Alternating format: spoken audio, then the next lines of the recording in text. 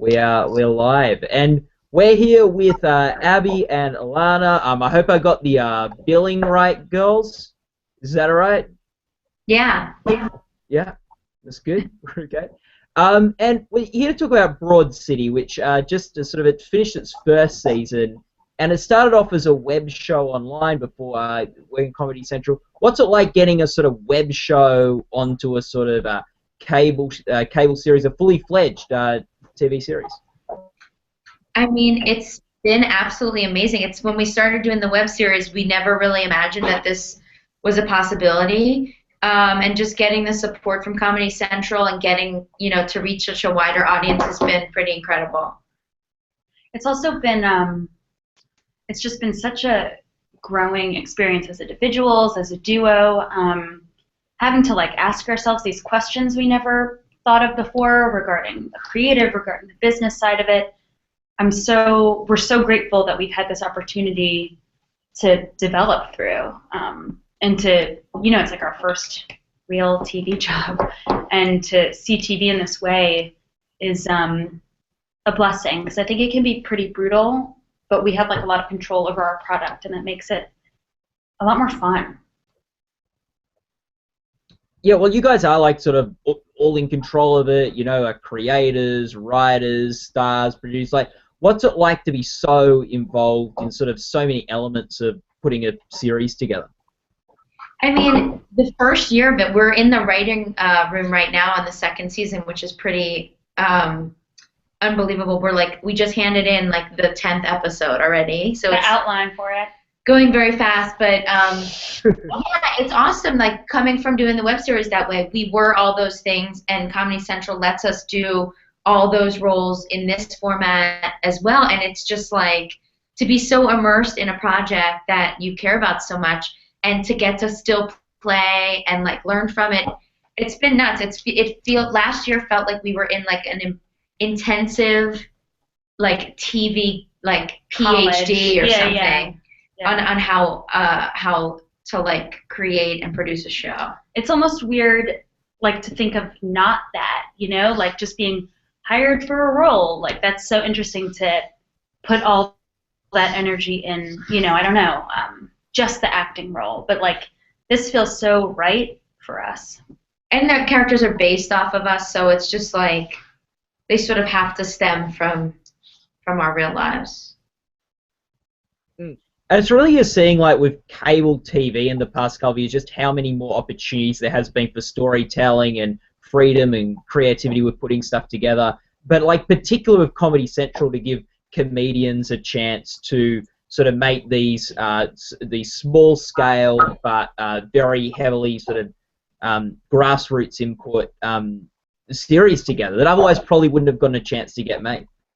I know, and Abby was just saying that now, Comedy Central lets us do what we want. I was just thinking they do, and they're so smart for that, because you can really, sort of what Amy was saying at the MIP conference, you can really especially young people, you can smell the sincerity or the insincerity where, in certain projects, or a lot of TV and film and music, you can see where dilution has happened with the product, where it's well, what would the artist actually say if they knew, and you're not hearing it.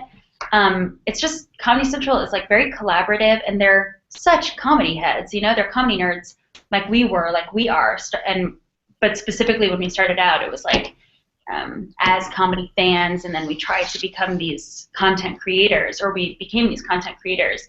But it's, I feel we're of the same ilk as they are in terms of the way we approach comedy, and it's just smart to have have the artist immersion in that way, because otherwise it's what am I watching here? Who am I watching? Am I watching, who put these ideas, and it works with people who are writers, and then they hire actors separate, but when something works, it's I think it's usually coming from a real place.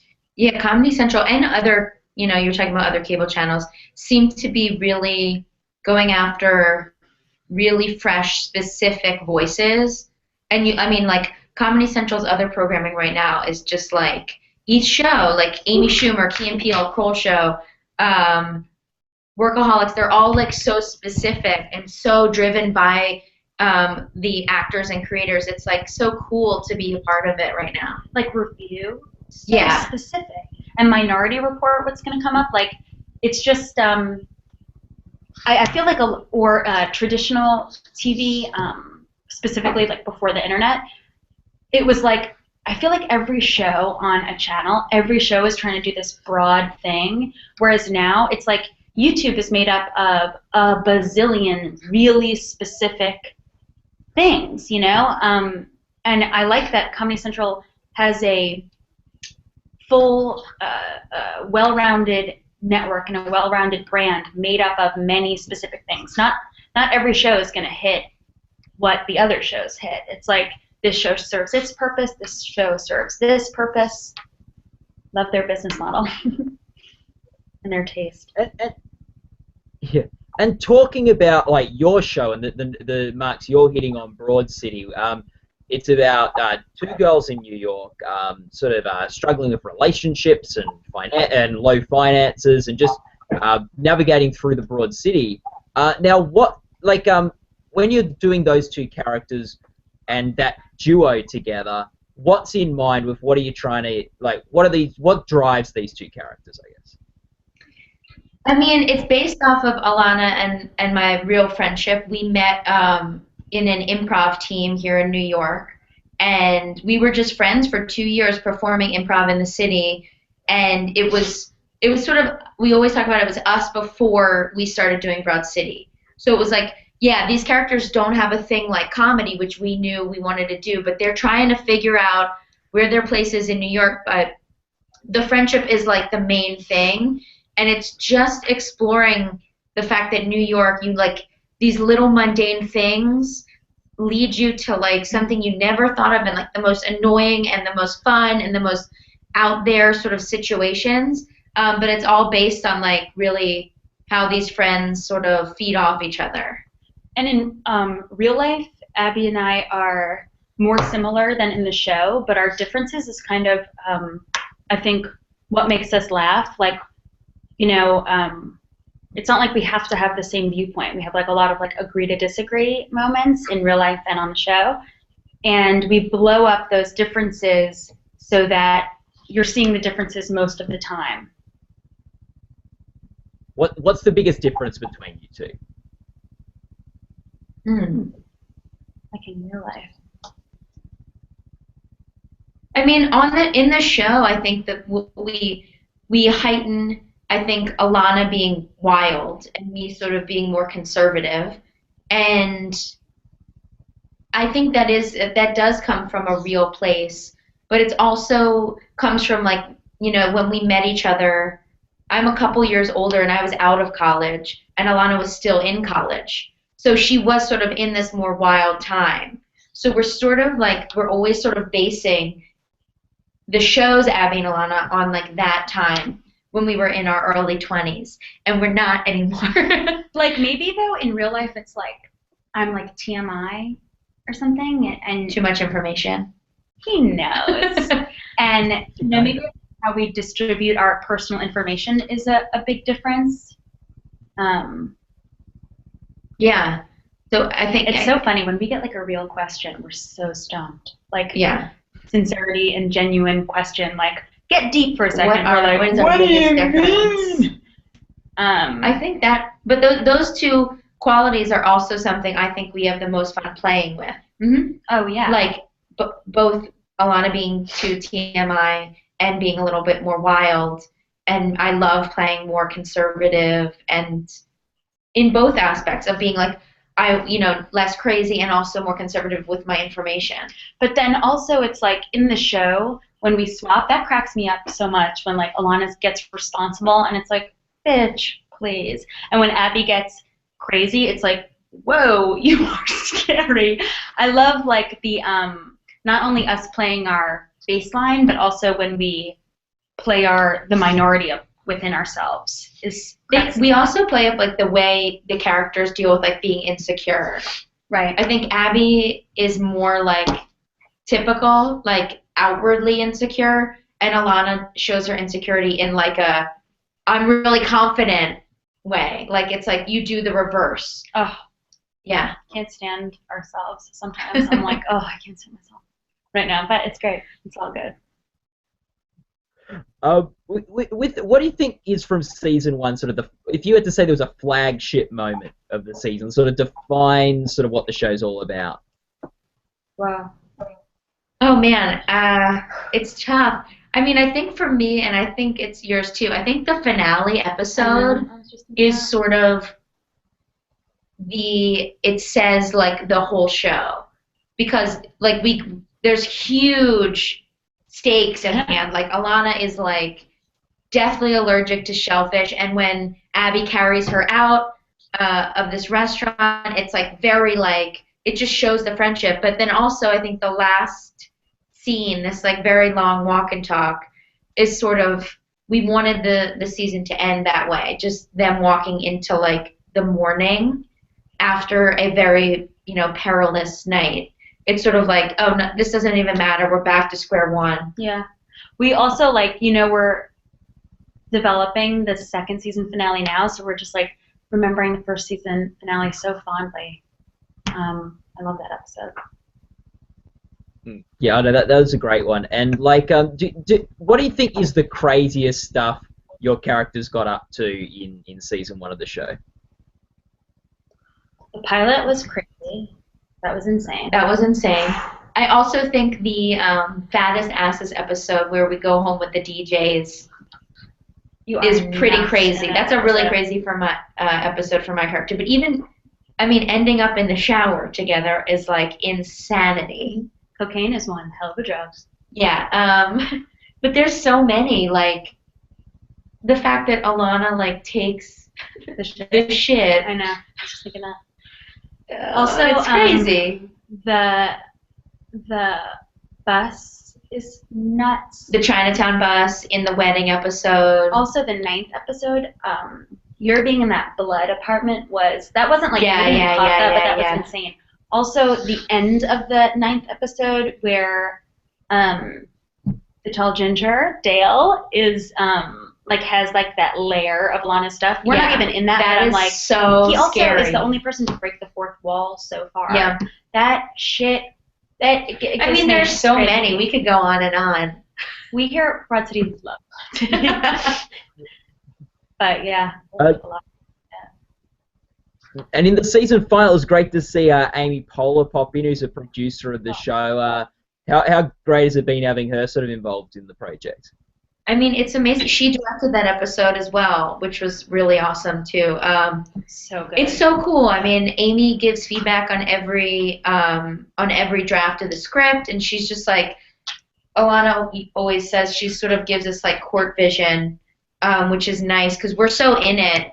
So it's really important to get like another point of view from, an aerial view of like, what is this voice here? What is this brand? She has like enough experience in different ways. We started at the theater that she and the rest of the Upright Citizens Brigade group founded. TV and live and teaching and being a student and film. I mean, she just has such an impressive body of work that it's like totally an honor for her to share her wisdom with us.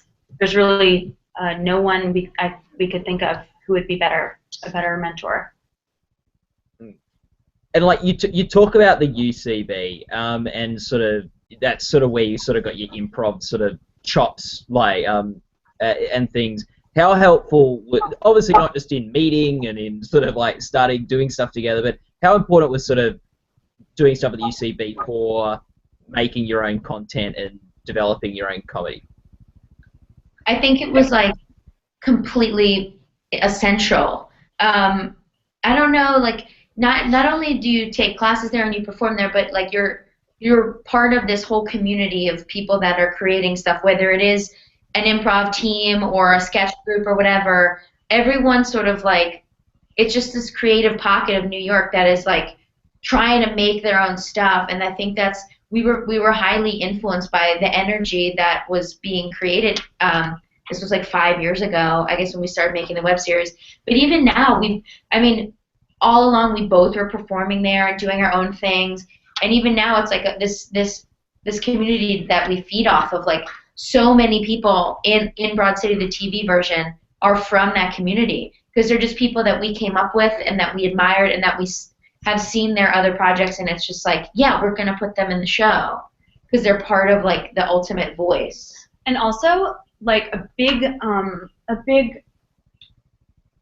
inciter, a big thing that sparked us wanting to do this project was we were auditioning for improv and sketch teams, like of the theater company, house teams, where you get like a slot with a night and you're appointed with a group. And we couldn't get on these teams, but we still wanted to be part of the conversation. We wanted to be contributing to this culture, you know?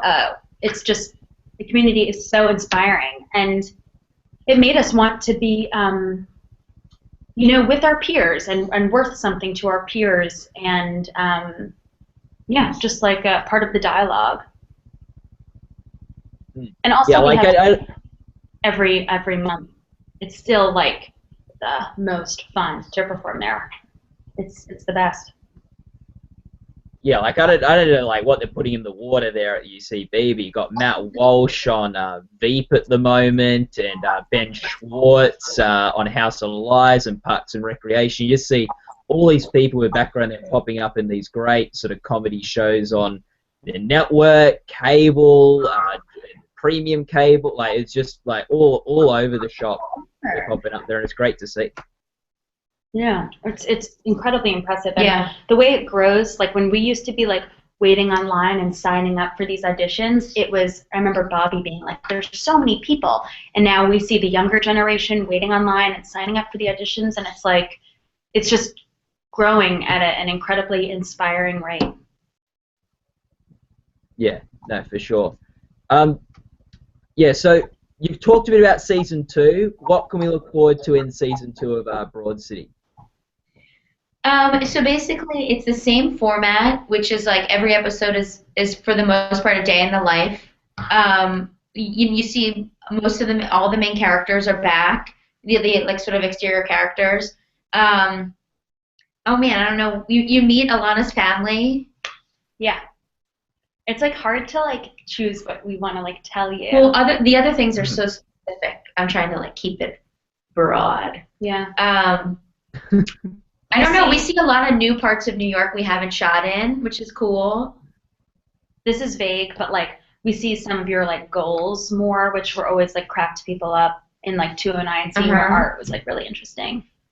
Yeah, it's like just you're gonna just the world is just expanded. Yeah. A little bit more, but there's a lot of fun things in store. We have 10 special episodes that we're excited about sharing. Yeah, you sort of got to get us excited, but still keep the air of mystery, like around the season, like lots of mystery. Yeah, the joke's not funny if we know the punchline. Correct. Exactly. Correct, Matt.